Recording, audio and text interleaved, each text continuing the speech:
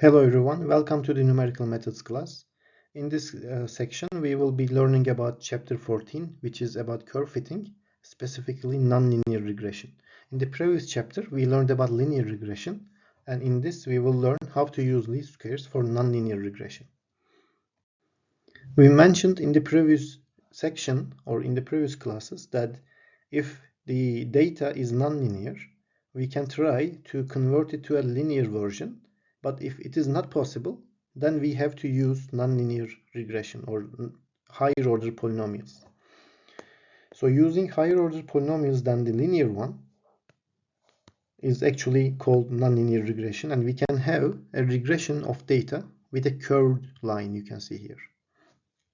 So a polynomial regression is suitable, for example, for this data rather than a linear regression. In the polynomial regression, basically we fit a polynomial, a higher order polynomial, as we said earlier, and we use the least squares procedure for a higher order polynomial. For example, for a second order, we have x to the power 2 added to the linear one, and this is the function of it. Of course, we will have an error. So if we isolate this error actually, and if we sum for all data, we will have this sum of squares again. But in this case, we will have three unknowns, a0, a1, and also a2 for the x to the power 2 term. Then we will minimize this as the least square procedure. For minimization, we will again take the derivative of this in terms of the unknown coefficients. We have three coefficients, so we have three partial derivatives, as you can see here. If we set these equal 0, we will have three set of equations, actually three equations with three unknowns, a0, a1, and a2. And we can solve this. Then we can obtain the coefficients of the second order polynomial. We can now extend this to an mth order polynomial, x2 to the until x to the m. The m is the power. And we apply the same procedure. Basically, we will have these sum of squares of residuals. Just the coefficients are changing, and we are adding terms of higher orders or higher powers. Then we take the derivatives of the sum of squares residual function with respect to each unknown coefficient, set them equal 0, and have the set of equations, then solve them, for example, using Gaussian elimination. And the standard error is SR divided by n minus m plus 1. This is similar to the linear regression with more than one variable, if you remember. And this is m is the order of the or the power of the x, the maximum power of the x, or the order of the polynomial, we can say. It's the same actually standard error, and the coefficient of determination is calculated by the same formulation again, st minus sr divided by st. And with these we use similar procedures to be able to calculate these in the polynomial regression again. So there is no difference, as you can see. It's just the same procedure. We will just solve these actually using Gaussian elimination, and that's it. And the algorithm for polynomial regression is almost the same as the more than two variable linear regression. We will have again the summations, and this time but x's are with the power terms. So we will input the polynomial to be fit m, and we will input the number of data points n, and if n is smaller than n plus 1, print out an error message, because we should say that actually the number of data should be at least the same as the degree of the polynomial plus 1. So this is the degree of polynomial plus 1, and the number of data should be at least at this amount. If not, then it has to be an error. It should say that the regression is impossible, because we will have the same amount of equations and data or inputs, and it is possible by setting this. If this is correct, we continue. Compute the elements of normal equation in the form of an augmented matrix. So we obtain, actually we use this pseudocode here on the right hand side to achieve this step 4, and solve the augmented matrix using elimination method for coefficients of a0 up to the am.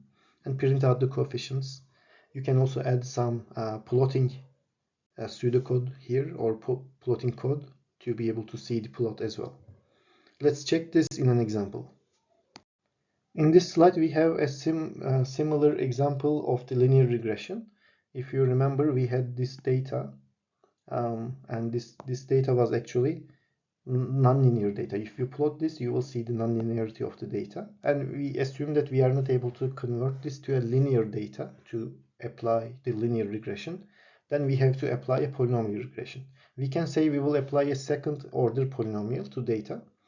And for a second order polynomial, this is the set of equations actually, with the powers of x's as well. And then we will find these, simply use the data to calculate them all. I will keep this short, not mentioned, but you can check these, calculate them yourself. Then if you plug these into here and here, then you will get set of equations. As you can see here, a0, a1 and a2 are the unknown coefficients. Let's solve this using Gaussian elimination, and we will have the a1, a2 and a3 as you can see 2.47 plus 2.36x and plus 1.9x square. So this is the equation that we fit to this data. And if we plot that, you can see here, this is the data, and this is the least squares parabola, basically the regression curve that we fit using least squares. You can see it looks like it has a good fit in between the data. So this is suitable for the data actually. For the same example, we can also calculate the standard error as well as the coefficient of correlation or correlation coefficient. We have this data and this fitted curve that we mentioned, and this is the curve of it. We mentioned this in the previous slide. And this is the function for standard error, if you remember. And this is the sum of squares, which gives SR. Let's calculate them. So basically, this data can be calculated by y values subtracted from, actually this was subtracted from y values. And this is obtained from the regression curve. Basically, put the axes, these axes here, and calculate y's and put them here. And the results are these, and the summation of it is 3.75. This is this value. Put it here. N is the number of data, 5. M is the degree of the polynomial that we fit. It's a 2-degree polynomial, so it's 2.